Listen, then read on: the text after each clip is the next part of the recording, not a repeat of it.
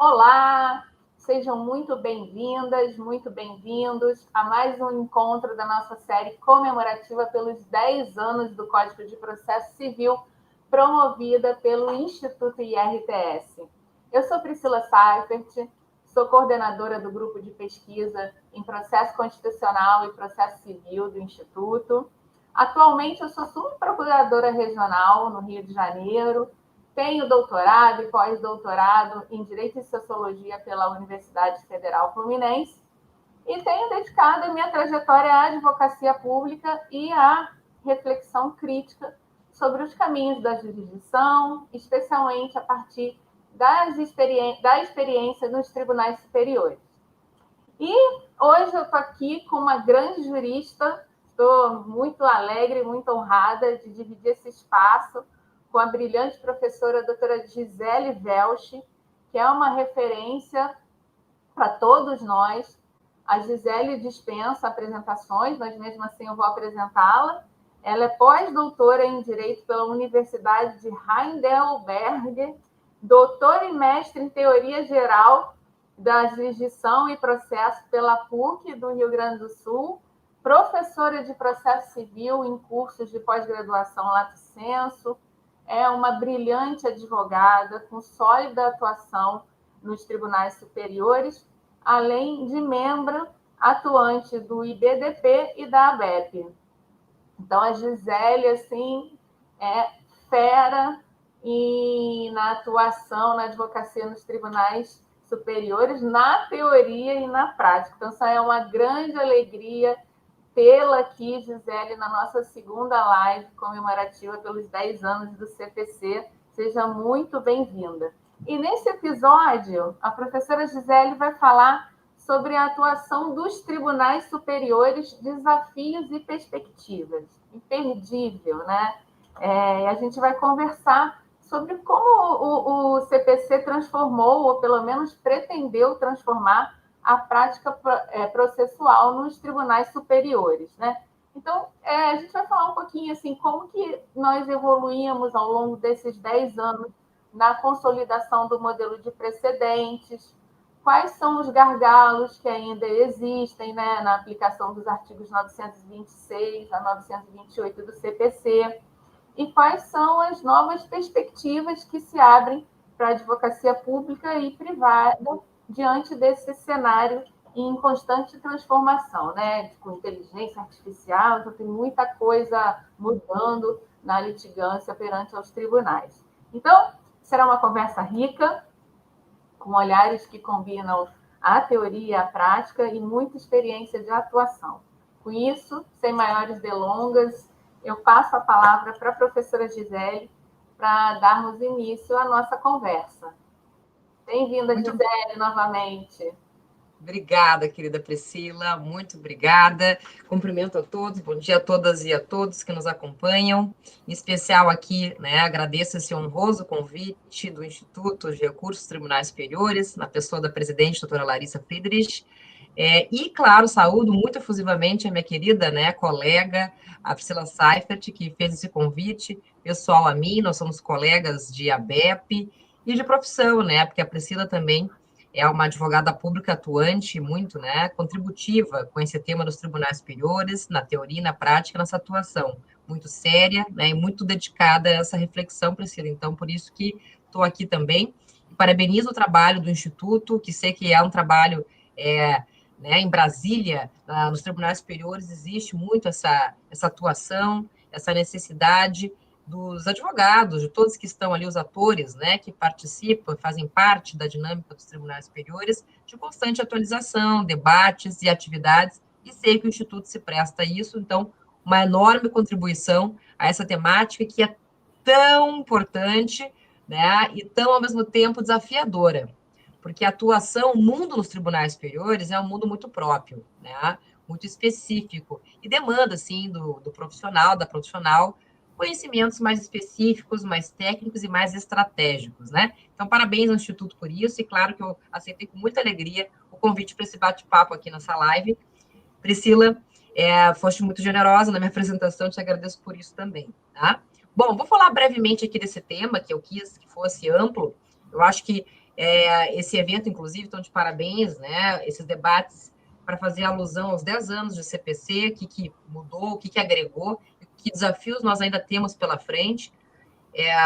No âmbito dos tribunais superiores, na questão de precedentes, né, na formação, aplicação de precedentes, que a gente sabe que, ao fim e ao cabo, acontece nos tribunais superiores, né? A gente tem muita coisa para falar, né, e muitos desafios ainda para vislumbrar. Então, eu vou falar brevemente aqui de desafios e perspectivas, tá?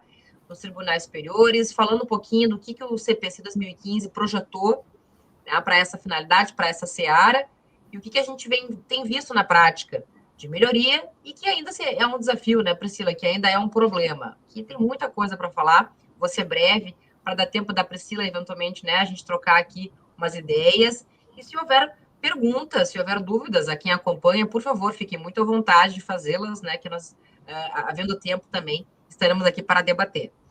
Então, como eu disse antes, os desafios, né, os desafios aí são muito grandes na seara dos tribunais superiores. São tribunais que têm, né, normativas internas, os regimentos internos são muito importantes e específicas. Então, advogado, seja privado ou público, né? O importante é que eu tenha esse olhar da advocacia privada e a Priscila da advocacia pública, né? Então, bacana também essa interface. Precisa conhecer não só a legislação processual civil, nosso CPC, né, que está aí comemorando 10 anos, constitucional também, a própria Constituição, mas também os regimentos internos, né, das normativas próprias para a dinâmica de fluxo procedimental e institucional desses tribunais. Isso é bem importante. E ainda jurisprudência, né, Priscila? Não há como hoje a gente atuar perante os tribunais superiores e não estar atualizado com a jurisprudência, com os precedentes que se formam lá, especialmente nos recursos especiais repetitivos no STJ hoje e, né, repercussão geral no recurso extraordinário no STF, né?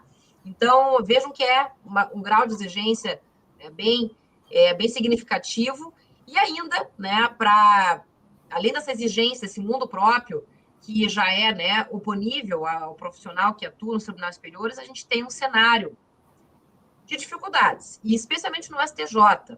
O STF se encontra numa situação melhor nesse sentido, porque, né, já tem, né, Priscila, um filtro recursal no recurso extraordinário, que é a repercussão geral, né, já há algum tempo, já está bem experimentado esse filtro, inclusive operando com um plenário virtual, que já é bem amadurecido e funciona bem nessa dinâmica. Então, o STF está melhor nessa perspectiva de números, tá? Agora, o STJ se encontra extremamente congestionado, congestionamento numérico do STJ é histórico.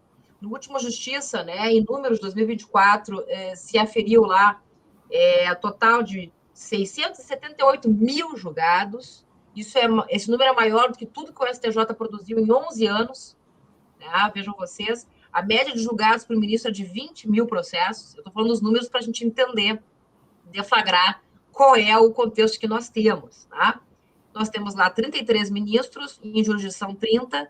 Então, vocês imaginam, né? Claro que os gabinetes são aparelhados, mas, enfim, a jurisdição ela é, né, prestada com essa dificuldade de congestionamento. E isso gera uma série de dificuldades práticas, né, Priscila? O STJ hoje não conta com o filtro recursal, né, no recurso especial, que é a relevância.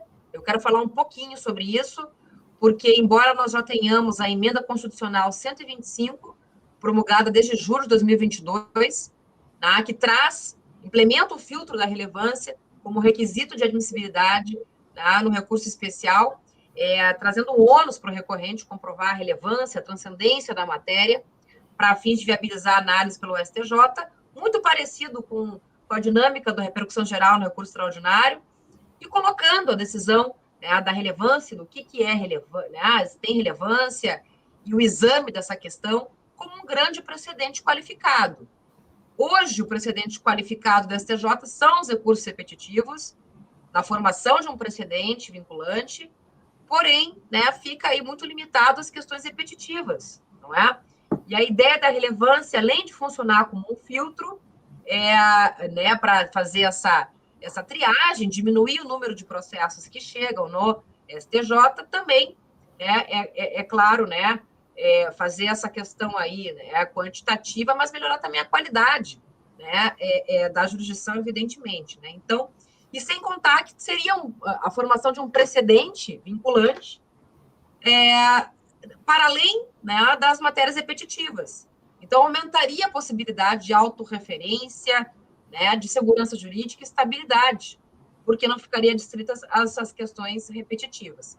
Mas nós estamos com um problema porque a norma regulamentadora, para entrar em vigor a relevância, ela ainda não saiu, né? Nós estamos lá com 2 projetos do Congresso Nacional, né, Priscila? Tem um projeto do STJ que coloca a relevância como um precedente vinculante, lá no rol do 927, do CPC, e do Conselho Federal da OAB, que, infelizmente, né, eu sou a favor da relevância na instauração do filtro, na condição de precedente vinculante, para poder operar os efeitos que realmente o sistema e o STJ precisam para a qualificação da jurisdição.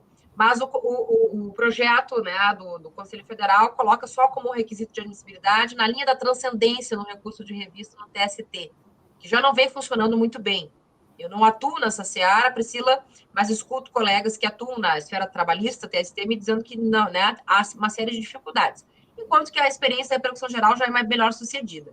Mas nós não temos ainda esse filtro. E aí, qual é a realidade que nós temos? Uma jurisprudência extremamente defensiva, no STJ, porque esse número absurdo, esse congestionamento, força o tribunal a refrear a chegada de novos recursos. Então, a gente tem aplicação de várias súmulas impeditivas, de modo, inclusive, muitas vezes, né, reflexivo, né, automático e heterogêneo. Se for olhar entre turmas, a aplicação da súmula 7, por exemplo, tá, que proíbe a revisão de fatos, é muito diferente entre a primeira, segunda, terceira e quarta. Então, vai depender da matéria, da turma, né, do ministro, do entendimento, do trabalho que se faz para levar esse recurso até os tribunais superiores, se é mais direto, se é mais estratégico. Quer dizer, não é homogêneo. E a aplicação, muitas vezes, formalista, né, da súmula 211, que falta pré-questionamento, recurso genérico, né, faltou impugnação específica, súmula 283, 284. A gente sabe que, muitas vezes, eu tenho uma situação que está lá, tópicos, direitinho, né, da questão das súmulas, e não foi examinado, não teve impugnação. Poxa, daí a gente tem que ir na presidência, tentar fazer uma triagem, enfim. Tá? A gente tem uma aplicação hoje de jurisprudência defensiva muito complicada. Por quê? Porque não tem esse filtro. Inclusive, temos até temas repetitivos para tratar de critérios para admissibilidade. O tema 1246 do STJ traz admissibilidade repetitiva em matéria previdenciária. Quer dizer, a falta de um filtro, Priscila, formal da relevância, que está atrasado pela norma regulamentadora, por questões políticas, talvez, e, de novo, eu entendo o papel, claro, da OAB, mas eu acho que o cenário que a gente tem hoje está muito mais difícil. A atuação, o acesso hoje, e a grande crítica à relevância é vedar o acesso ao STJ ou dificultar, mas isso já existe hoje. E existe no escuro, existe modo heterogêneo, sem previsibilidade. Advogado não sabe, muitas vezes, por mais aparelhado que esteja o seu recurso, por mais pré-questionada que esteja a questão, por mais que se faça um trabalho direto, estratégico, desde a origem, para fim de admissibilidade, até diretamente para buscar provimento nas turmas, não se tem previsão e se sabe da dificuldade, né, de acesso, de admissibilidade já é uma vitória, né, Priscila? Então, de provimento, ainda mais difícil. Então, eu acho que tendo um filtro recursal com critérios objetivos estabelecidos é melhor para a advocacia, tá? Para buscar a forma, a argumentação de acesso, buscar comprovar, se não for matéria de relevância presumida, lá, né, do parágrafo 3º do artigo 105 da Constituição, que se argumente, então, essa relevância e que se busque isso, né, caso a caso. Eu acho que seria muito melhor para esse contexto de congestionamento, de jurisprudência defensiva, não é? E de aplicação de súmulas impeditivas de modo, muitas vezes, formalista, né, e não reflexivo. Tá? A gente também tem a realidade, eu quero falar um pouquinho brevemente aqui, que eu não quero me passar, nesse contexto de congestionamento, muito importante, então, o auxílio da inteligência artificial, de mecanismos de inteligência artificial, que já vêm sendo implementados no STJ, no STF também, né, há mais tempo. Tá? Então, nós temos desde 2017, 2018, como, por exemplo, no STJ, o Atos, que faz o agrupamento das questões repetitivas, tá? Que vai buscar matérias repetitivas para além daquelas que chegam no tribunal para agrupar. Ele tem funcionado muito bem, Priscila. No último ano, a estatística foi de 70 temas afetados. Então, está acontecendo muito. Tem acordos de cooperação com, enfim, você deve saber disso, com a AGU também, né, do STJ, do STF, para afins. Inclusive, a ideia, falando um pouquinho do CPC, a ideia do CPC, tá, porque os recursos repetitivos já estavam aí antes de 2015, né? Mas a ideia do CPC foi trazer, estabelecer formalmente o sistema de precedentes, determinando no 927 um rol de precedentes formalmente vinculantes. E ali são as decisões, né, constitucionais do STF, em controle concentrado, por exemplo, e as decisões em formação de precedentes em repetitivos, IRDR, IAC, né, e súmulas do STJ-STF e decisões da Corte Especial e plenária. Basicamente, decisões de tribunais superiores, e a ideia é dar vinculação, autoridade a essas decisões. Tanto que o 926 comanda o dever de observância. Né? Mas, claro que isso não adianta ter um rol, Priscila. Tem que ter todo um sistema comprometido e operando em condições. E esse condicionamento dificulta também a efetivação do sistema de precedentes na sua aplicação. Então, o Atos vem para buscar isso, para ampliar o número de repetitivos afetados. O Sócrates, depois, na sequência, vem para buscar também, né, a busca de decisões similares sobre aquela matéria que chega para o tribunal, então, facilitando o trabalho dos servidores. Tá? E, mais recentemente, muito recente, em fevereiro, a gente teve o Logos, né? Aí implementado no STJ, para buscar auxílio na confecção de relatórios, né, de decisões do STJ, mas especialmente, e aí é uma questão delicada, né, esse mecanismo vai passar a fazer admissibilidade de ARESP, que simplesmente é a classe mais numerosa do STJ, até porque é difícil a admissibilidade de recurso especial, então a gente tem que usar o veículo do agravo de admissão para chegar, tanto no STJ quanto no STF. Mas é a classe mais numerosa. E aí, claro, é claro que o STJ já esclareceu que haverá revisão humana, sempre, e ajustes. Mas é muito delicado deixar para a máquina uma atitude decisória, né, Priscila? Que ajude na operabilidade, né? Tudo bem como auxiliar, mas aí, para caráter decisório, eu já acho delicado. E por isso que tem resolução do CNJ, tinha lá em 2020, a 332.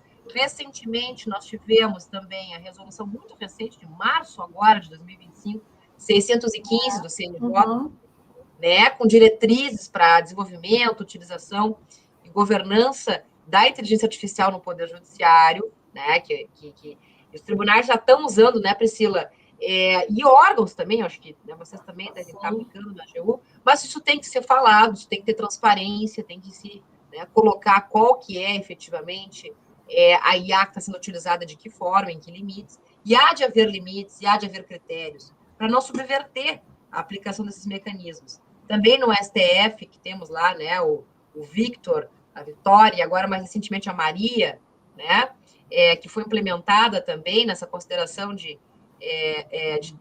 detalhamento, de auxiliar relatórios e seleção de temas, de teses em percussão geral, mas que tem essa revisão humana, né, se não subverte a questão.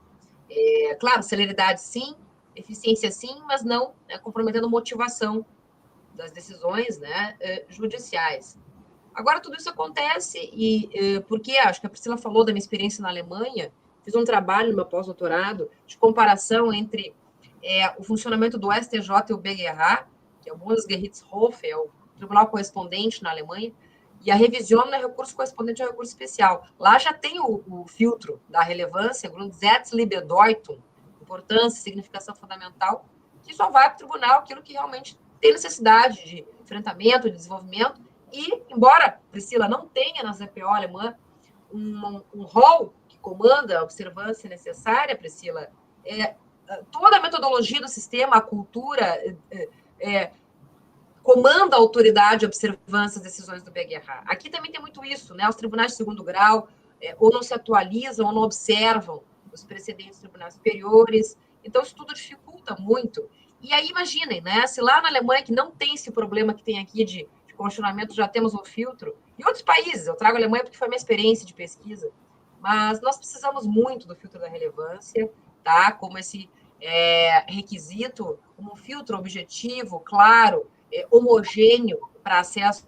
Eu acho que realmente tem que ter seleção do que chega, a definição dos papéis das cortes, o STJ como corte formadora de precedentes qualificados, o STF, o controle da constitucionalidade desses precedentes, tá? Para que o sistema de precedentes que tanto conclama o CPC 2015, que quer segurança jurídica, estabilidade, isonomia de tratamento a casos análogos, né, que isso possa realmente se efetivar. Mas aí a gente está com essa dificuldade no Congresso Nacional, e os projetos são bons, né? Como eu disse, eu acho que o STJ está mais de acordo com aquilo que o sistema de precedentes preconiza. Temos mecanismo de legitimação democrática na formação de precedentes, muito importante, audiências públicas, atuação do amicus curiae, tá? Mas precisa aí, né, sair do papel e, claro que muita coisa vai ficar para regimento interno, mas precisamos da regulamentação para termos esse filtro, Priscila, também no STJ, a exemplo do que já tem no STF, com repercussão geral, para melhorar esse cenário e também, né, a nossa atuação nos tribunais superiores. Eu acho que é isso, eu fico aberta aqui para tuas ponderações e eventualmente perguntas que possam aparecer aí também. Obrigada. Gisele, muito obrigada. Sim, sua explanação foi realmente muito esclarecedora. É uma honra tê-la aqui conosco. Falando um pouquinho, né, da questão da jurisprudência defensiva, né, é uma pena que o filtro da relevância ainda não tenha sido regulamentado, porque uma das finalidades do CPC de 2015 era justamente combater a jurisprudência defensiva dos tribunais, né? Por um lado, houve esse combate, né, na questão da admissibilidade recursal, não ficar muito presa aos aspectos formais. Acho que nessa questão a gente conseguiu evoluir, mas no que diz respeito aos tribunais superiores, a gente tem muito ainda o que caminhar, né? Acho que a gente evoluiu pouco, né, Gisele? Sem dúvida. Infelizmente, não, tu colocou uma questão muito importante, Priscila, porque ali nas normas fundamentais do CPC, né, que são os artigos 1º ao 14º, não, a 16, eu acho, né, mas ali até o 12º, né, a gente tem as normas fundamentais. E lá tem esse clamor, essa ideia do processo civil e todos os atores do processo buscarem aí essa efetividade, celeridade, segurança jurídica, né, contraditório ampliado, como dever de consulta, e redução de formalidades, como tu bem colocou. Porque, né, a ideia é reduzir formalidade em prol da análise do mérito, primazia do mérito, lá no artigo 4º, nas normas fundamentais, né? E, aliás, é isso. O STJ, quando coloca tanta barreira, ele não está observando a primazia do mérito, porque às vezes é uma formalidade e cá entre nós, essa questão da súmula 7, que proíbe veda a revisão de fatos, quando o STJ quer, ele revisa fatos. Exato. Né? Revisa fatos. Ontem eu estava no grupo de estudos da professora Tereza Rodalvin, da PUC de São Paulo, e ela mesma colocou isso também, né? Que a gente sabe que isso acontece. Então, é uma formalidade que se impõe e dificulta a análise do mérito. Eu não acho que a análise do mérito tem que ser em qualquer caso indiscriminado, por isso que eu sou a favor da relevância. E olha que eu sou advogada dos tribunais superiores, mas eu acho que a gente tem que pensar em termos de sistema. E até como também, né, estudiosas do processo civil, né, Priscila? Agora, sim, ele coloca lá como premissas nas normas fundamentais, coloca mecanismos que viabilizam isso, isonomia de tratamento a casos análogos, segurança jurídica, que é o sistema de precedentes, 926 e 928, muito bem colocou, o RDR, né, o IAC, mas o grande problema, Priscila, é a aplicação prática, é a observância efetiva, é o comprometimento, sabe? É a operabilidade. E aí, também eu faço a minha culpa, não é só do judiciário, a advocacia também se equivoca, né? Não tem o comprometimento necessário de se atualizar, conhecer, fazer a aplicação com a distinção, com o distinguish adequado, né? isso também eu acho que isso aí é missão de todos nós. Mas, de fato, Priscila, isso aí, a prática não está seguindo aquilo que comandou como ideal o CPC 2015. Sim. E uma questão também que eu tenho observado na prática, né, é que a gente aqui na advocacia pública, embora o filtro ainda não esteja regulamentado, a gente usa a própria emenda 125 para dizer se aquele recurso especial seria relevante ou não, né? Nos casos que a relevância é presumida, fica mais fácil, a gente argumenta, até encontra razões também para atacar o recurso da parte adversa, sabe? E a gente faz aqui no Rio de Janeiro, né? E quando vai para na realidade da segunda região, e quando vai para a STJ, é acompanhado por Brasília, e a gente ainda não tem um feedback como que está essa questão. Mas aí eu queria saber da sua experiência, Gisele, se também, ainda que não esteja regulamentado, se na prática o STJ tem aplicado o filtro da relevância em alguns casos, você já se deparou com algum caso em que houve aplicação? Perfeito, excelente pergunta, Priscila. Sim, eu também tenho já nos meus recursos especiais feito o tópico preliminar na presença da relevância da matéria. Se tem relevância presumida mais fácil, eu só identifico, né, dentre lá as hipóteses do parágrafo 3º da emenda constitucional 125, ou então eu abro um tópico para comprovar argumentativamente que aquela matéria tem relevância. Por exemplo, eu advogo para uma companhia de energia elétrica e eu estou falando que prestação de energia elétrica é serviço essencial à sociedade, então eu articulo assim, né? Mas, por exemplo, coloco esse tópico, assim como eu coloco no preliminar da não incidência da súmula 7, da não incidência da súmula 211, eu já vou me antecipando, né? E sim, já estou fazendo isso e vou lhe dizer, mas isso é analisado no STJ? Sim. Sim, e eu sei não só pela minha prática, da minha análise em recursos especiais, que fortalecem a admissibilidade quando eu trago essa argumentação, tá? Como vocês estão fazendo, como também eu digo que, do outro lado, eu converso com pessoas do núcleo de gerenciamento de precedentes, inclusive esse núcleo a secretaria já chama núcleo de repetitivos e relevância, já está assim catalogado no próprio STJ internamente. Sabe por quê? Porque estão só esperando.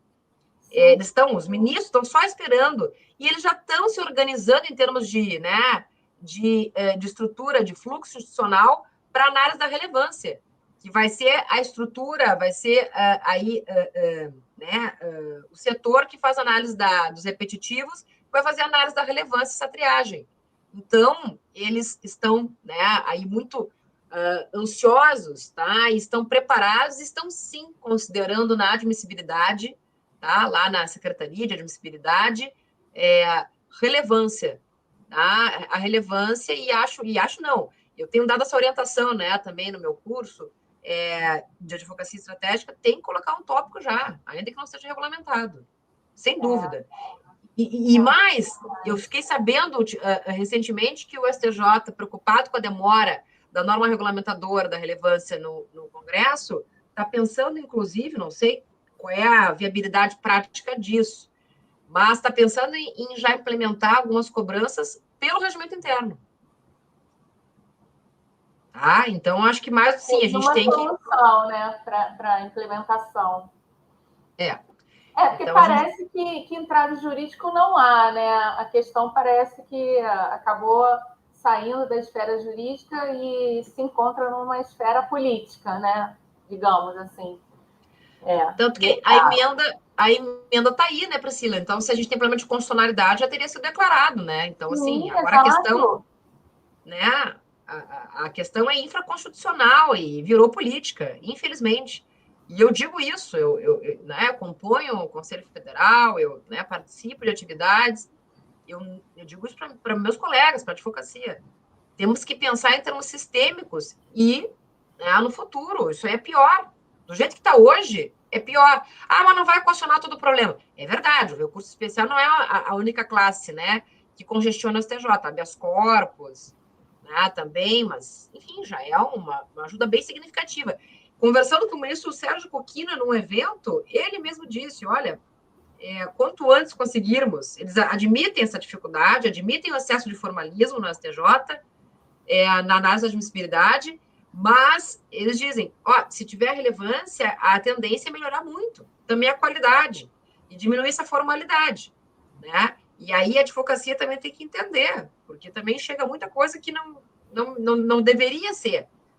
Ainda os advogados, e por isso é minha culpa, ainda os advogados estão encarando as instâncias superiores como terceira instância, de revisão de decisão, e até com deficiência de fundamentação de seus recursos, quer dizer, isso também tem que mudar, né, Priscila?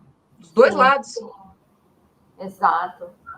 Gisele, passando para a inteligência artificial no STJ, achei muito interessante a sua fala, né, sobre o Atos, o Sócrates e o Logos, essa nova ferramenta. Assim, preocupa um pouco, né, saber que o Logos vai fazer a análise da admissibilidade dos ARESPs.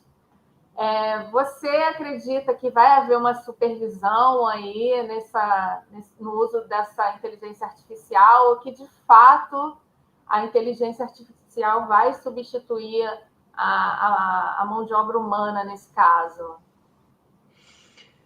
Isso é um tema bastante delicado, né, Priscila? Como eu disse, que tenha auxílio de IA, né, para fins de atividades mais operacionais, no caso do Atos, agrupamento de processos idênticos a semelhantes, né, a verificação de processos que têm tese idêntica, por exemplo, né, que apesar de já ter tema afetado, o Tribunal ACO continua mandando para o STJ, quer dizer, isso é um auxílio, né, razoável e sem grandes consequências. Também filtrar decisão, os gabinetes filtrar decisões análogas sobre o mesmo tema, tudo bem. Geração de relatórios e minutas também, né, não vejo problema. Agora, no que tange aí agora essa última inteligência artificial, que é, né, o Logos, com relação a fazer admissibilidade do ARESP, que é o nosso veículo de chegada, basicamente, no STJ, né, porque a gente sabe que a maior parte dos recursos especiais têm sido inadmitidos, então a gente tem que lutar com a ARESP, e já é o índice, né, se a gente for olhar também na estatística, o índice de provimento de ARESP é 4%, é baixíssimo. Então, se deixar para uma máquina, e qual é o grande problema da máquina, da IA? Como é que ela vai ser fomentada, como é que ela vai ser alimentada. Eu acho que essa sempre é a grande, né? Se vai ter vieses, se vai ter programação, né, para ser mais formalista, e aí muitas vezes aí vai faltar reflexão. Quer dizer, a gente vai ter que se aperfeiçoar e entender como é que opera a máquina, quais são os vieses, para que a gente possa tentar buscar o contorno. Agora, quando isso é feito de forma humana, a gente. Claro que, assim, sinceramente, agora a gente vai precisar cada vez mais usar o trabalho de fazer lá o despacho na origem, que é uma coisa que eu vejo os advogados não fazem muito, na interposição na origem, para já chegar como RESP. Né? Porque se tu não tem admissibilidade de origem, já tem que fazer a RESP. E aí a tua chance diminui muito. E depois na presidência, né? Para levar para uma turma, com agravo interno, na pior das hipóteses, mas na presidência para tentar reverter. A gente vai ter que fazer esse trabalho artesanal, estratégico mais direto. Então, eu sinceramente, fico preocupada. Se vai haver revisão e ajustes, Priscila, como é o que está comandado, dizem que sim, né? Dizem que sim, que já é assim no STJ e no STF hoje. Mas talvez pelo afã de cumprir números, metas de CNJ, talvez isso passe um pouco. E eu não estou nem culpando só, né, os tribunais, eu estou dizendo da realidade que se impõe. Então, mas é por isso que tem essa resolução mais recente, a 615, Sim. a 615 do CNJ, que estabelece diretrizes, né, de governança, de transparência, e dever dos tribunais explicarem, né, o que estão usando e como estão usando. Sim, e de acordo com essa resolução, né, a 615, a inteligência artificial só pode ser utilizada com a supervisão humana, né? Então, vamos ver como é que isso vai ficar na prática, mas na teoria, pelo menos, a supervisão humana tem que ser realizada.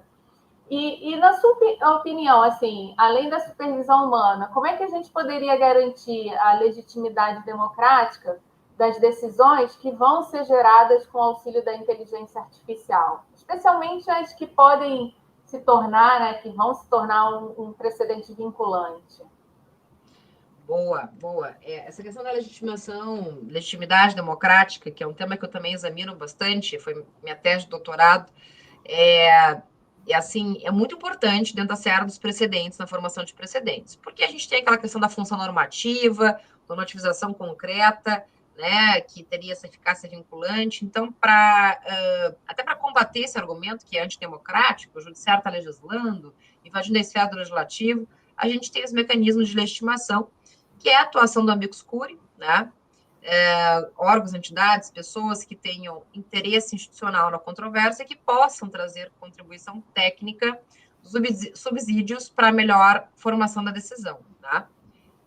Inclusive partes originárias de processos que estão lá, né, justamente suspensos, aguardando a decisão do precedente paradigmática, né? Convocação de audiências públicas para debate com a sociedade civil e etc.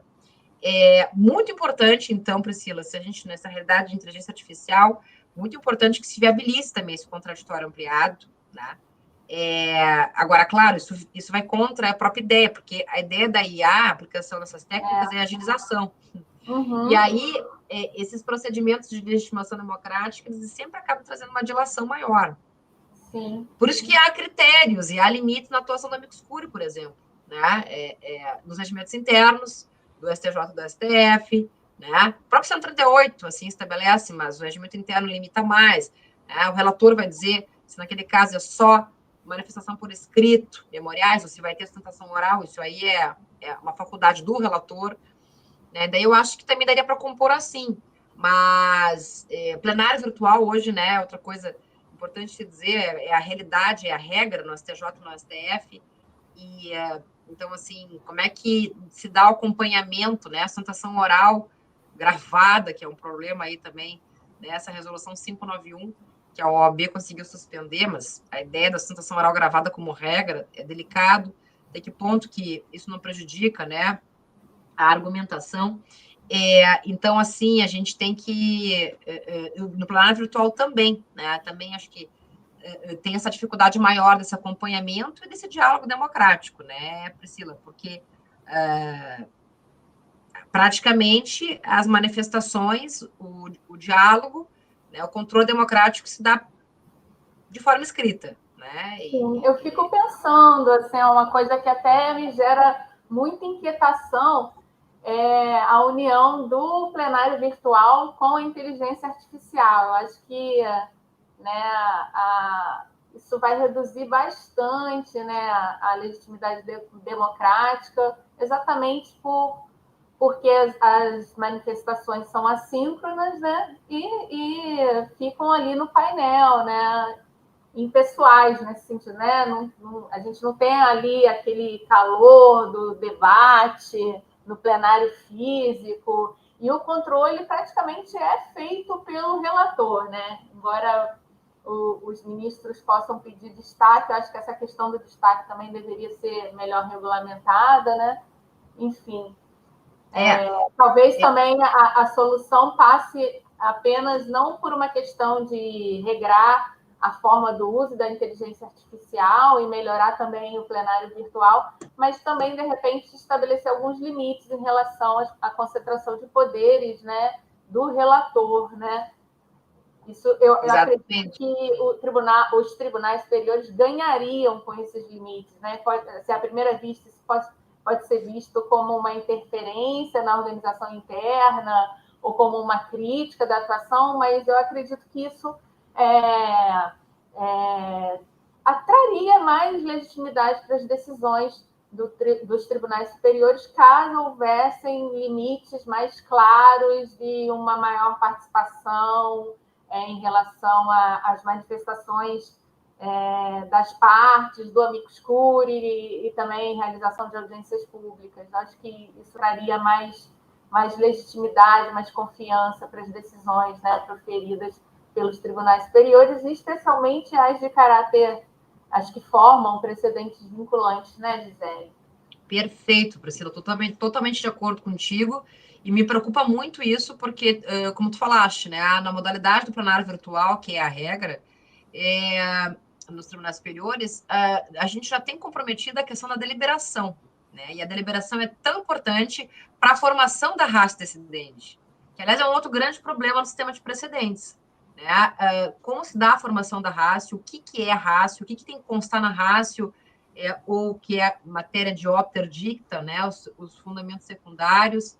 E eu vejo que isso é uma grande questão. E é a deliberação que vai viabilizar uma ratio mais coerente e completa, né? Tanto que o regimento interno do STJ, por exemplo, tem uma previsão lá, né? Quando tiver muita dispersão de votos da matéria, tem que ter uma nova rodada de debates, deliberação, para fins de formar a ratio de modo mais homogêneo, mais sólido.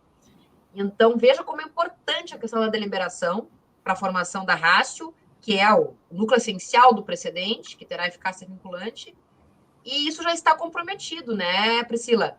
E isso tira legitimidade, confiança dessas decisões, né? E ainda dificulta essa questão desse diálogo democrático, da ampliação do contraditório. E a questão de deixar a cargo do relator, né? Hoje, basicamente, tu fica na mão. Até nos tribunais de segundo grau, que a gente consegue fazer oposição ao julgamento virtual, mas em muitos casos o relator não acata, né? Simplesmente não retira da pauta virtual para inserir na presencial, a não ser que tu vá argumentar lá, despachando memoriais e mostrando um argumento muito, muito, né, aí, robusto, enfim, convincente. Pelo menos a minha prática também nos tribunais de segundo grau, eu percebo isso. E então, assim, deixar para o relator tudo, essa última resolução, queria, né, dar para o relator, ele que vai decidir. E aí fica muito difícil o acesso, o diálogo e a confiança, né, na legitimidade dessas decisões, que é exatamente o que tu está dizendo. Então, eu acho que a gente precisava também buscar um justo meio.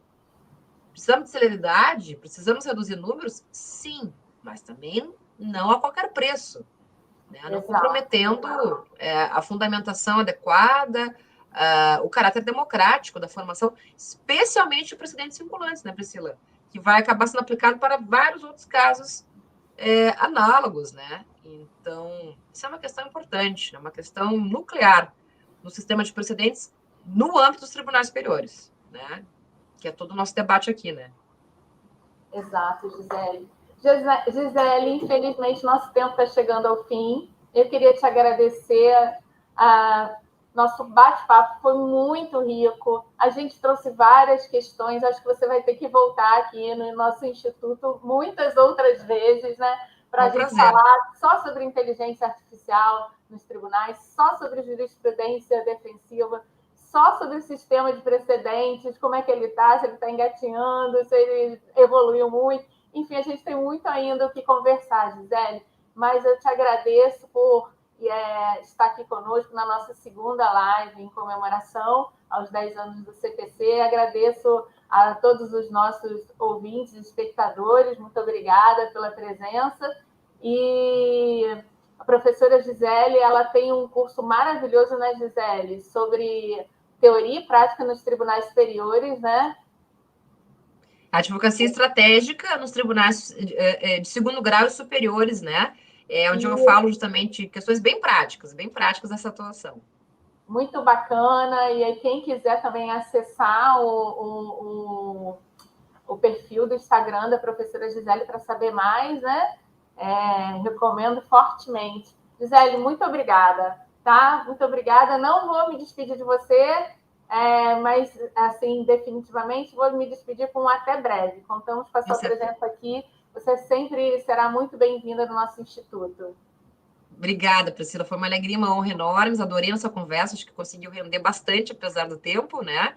E eu estou à disposição para voltar, assim, nos eventos do Instituto, que eu já cumprimento aí pelo trabalho super importante e contributivo de vocês. Muito obrigada.